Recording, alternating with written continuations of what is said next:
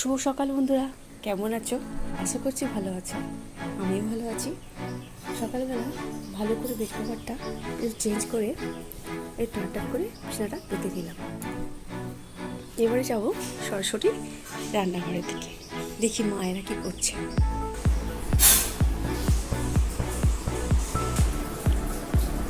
সবজি কাটার আয়োজন হচ্ছে,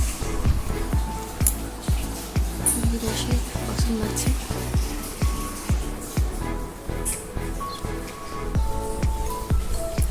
রান্না থেকে যাবো এবারে।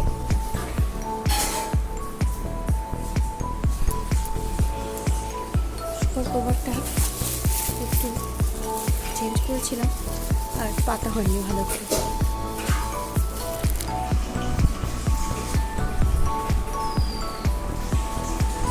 সকালবেলা সবার তাড়াহুড়ো থাকে। এদিকে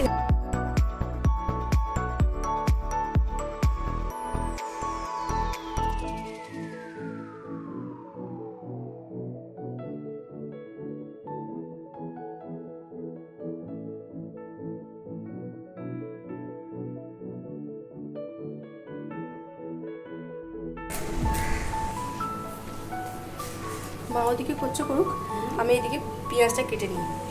মাছের ডিমে বড়া হবে আজকে, এই যে এখানে।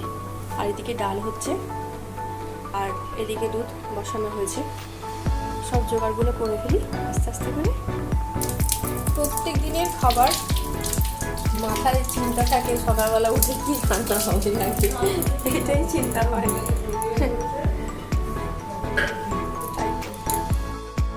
এবারে কাঁচা লঙ্কা কেটে নেব। একটু সব একটু কাঁচা লঙ্কাটা কাটা হয়ে গেছে।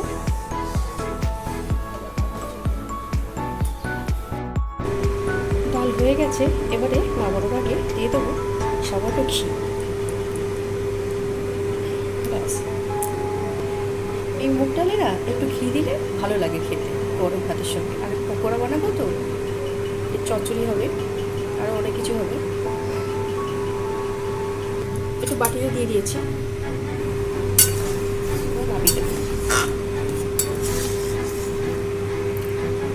এদিকে ভাত বসিয়ে দিয়েছি, কড়াইতে উচ্ছে ভাজা বসিয়ে দিয়েছি।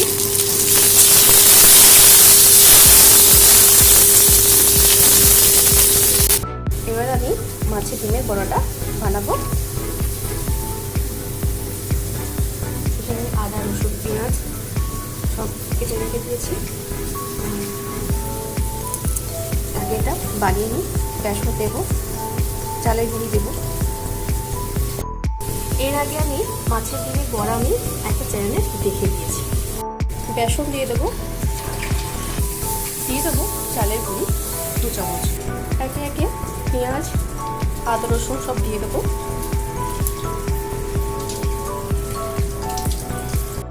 এবারে ভালো করে হাত দিয়ে আমি মেখে নেব।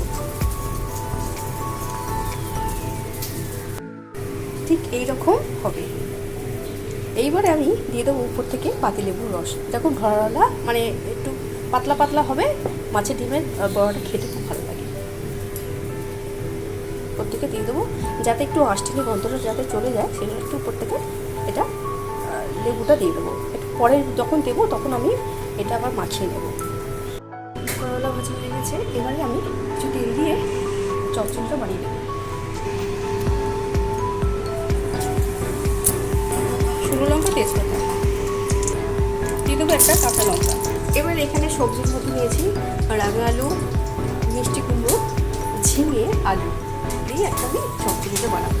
এটা দারুণ খেতে হয়।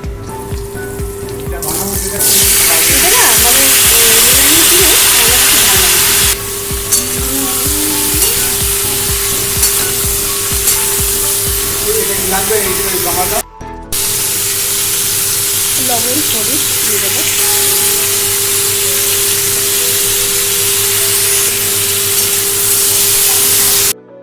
সবজি সেদ্ধ হয়ে গেছে, এবারে আমি দিয়ে দেবো শাকগুলো।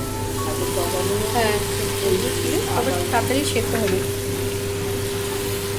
এর মধ্যে সবজিগুলো সেদ্ধ হয়ে যাবে। শাকের মধ্যে দিয়ে দেবো সামান্য চিনি। এরকম শাক তরকারিতে একটু চিনি না দিলে ভালো লাগে না খেতে।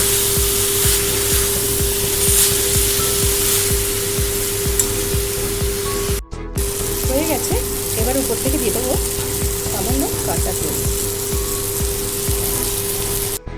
এবারে হবে পটল আলু দিয়ে একটা চচ্চড়ি, হিং দিয়ে এটা করব। কড়াইতে সরষের তেল দিয়ে দেবো, দিয়ে দেবো কালো জিরে আর হিং, একটা কাঁচা লঙ্কা দিয়ে দেবো,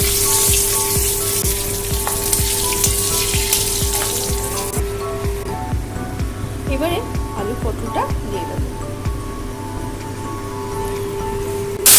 এইবারে আমি দিয়ে দেবো পরিমাণ মতো লবণ, একটু হলুদ দেবো না।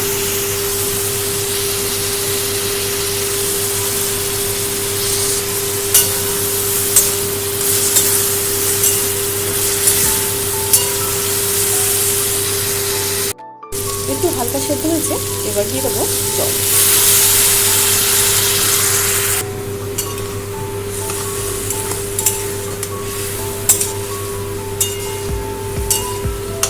এই তরকারিটা না রুটির সঙ্গে পরোটার সঙ্গে ভালো লাগে, এরকমভাবে বানিয়ে দেখবে ভালো লাগবে। আমাদের তো প্রায় দিন এইরকম তরকারি হিং দিয়ে রাত্রিবেলা হয়, অল্প তেল মশলা দিয়ে। আমাদের তো অল্প তেল মশলা বেশি খাই, আগে তো খুব খাওয়া হতো, যেই সবার একটু একটু করে সুগার বা এর ধরেছে সব বন্ধ করে দিয়েছে খেয়ে খাওয়া, অল্প অল্প মশলা দিয়েই হয়, তাও হয়ে ওঠে না। আবার শোনা যাচ্ছে কোভিডের আসছে, কোভিড এসে গেছে চারিদিকে। সাদা পটল আলু দিয়ে হিঙের চচ্চড়ি হয়ে গেছে, এবার আমি নামিয়ে নেব।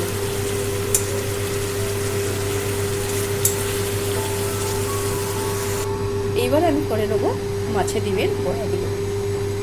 বেশ কিছুটা তেল আমি সাদা তেল দিয়ে দেবো,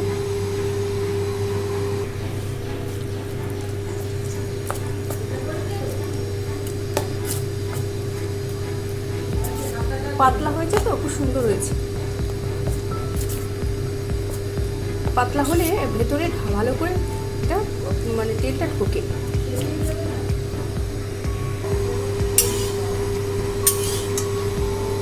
একটু তেল আমি ওর মধ্যে দিয়ে দিই।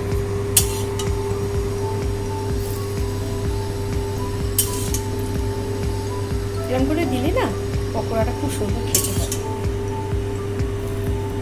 ব্যাস, এবার আমি অল্প অল্প করে বড় আকারে করে আমি দিয়ে দেবো।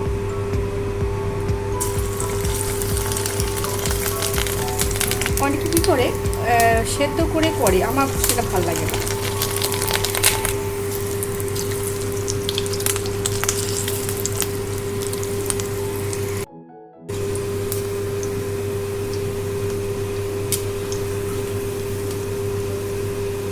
এই যে একদিকটা হয়ে যাচ্ছে আর একটু বাকি আছে, এরকম আমি হালকা লাল লাল করে ভেজে নেবো প্রত্যেকটা। একটু ধিমে তালে ধিমে আছে এটা দিতে হবে। আসলে গান করে করে এমন হয়ে গেছে ধিমে তাল, লয়টাকে একটু বাড়াও, আঁচটাকে একটু কমিয়ে এটা করতে হবে। সব কিছু ওই গান রান্নার সঙ্গে একসঙ্গে হয়ে যাচ্ছে। এই যে পকোড়া হয়ে গেছে, আরও কিছুটা হচ্ছে, এখনও আছে। এই যে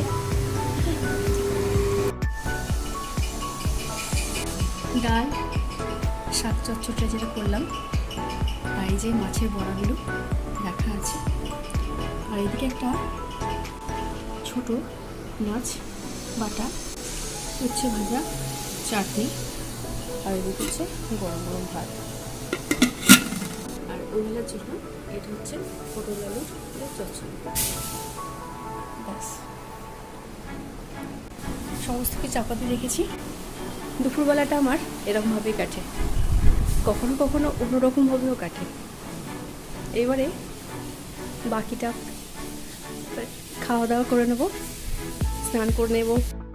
তো রোজকার জীবনযাত্রাকে যদি আমরা একটু একটু করে ভাগ করে নিই, তাহলে ঘর গোছানো থেকে শুরু করে রান্না করা, বাসন মাজা বা ঘর গোছানো, অফিসের কোনো কাজ বা নিজের কোনো সময় কবিতা লেখা বা গান করা, সব কিছু করা যায়, তাই না? একটু বুদ্ধি করে চললে সব কিছু হয়ে যায়।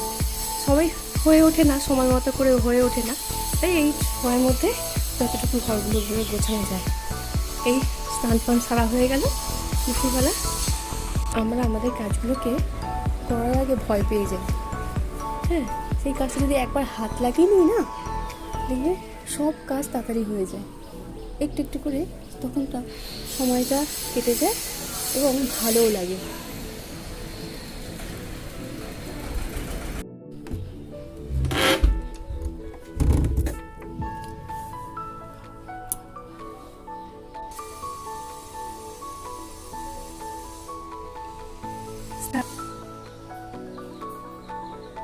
বাঙালিদের কত সুন্দর নিয়ম, তাই না?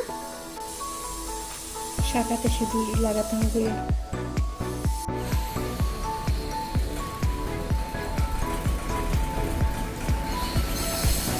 এবার দুপুরবেলা খাওয়া দাওয়া হবে সকলে। সব দুজা স্নানে গেছে। চলো তাহলে আজ এখানেই, পরে দেখা হবে অন্য কোনো ভিডিওতে। সবাই খুব ভালো থেকো।